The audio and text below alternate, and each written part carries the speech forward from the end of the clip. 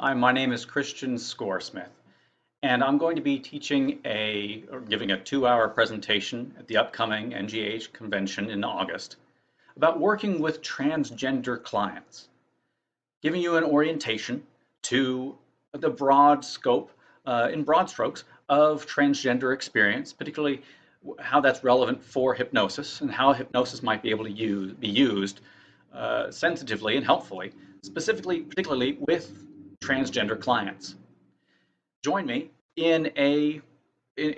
broad but informative 2-hour workshop that orients us to using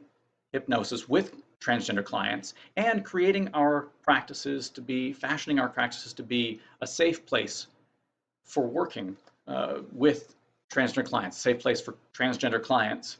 to do the work that they need to do. I look forward to spending that time with you.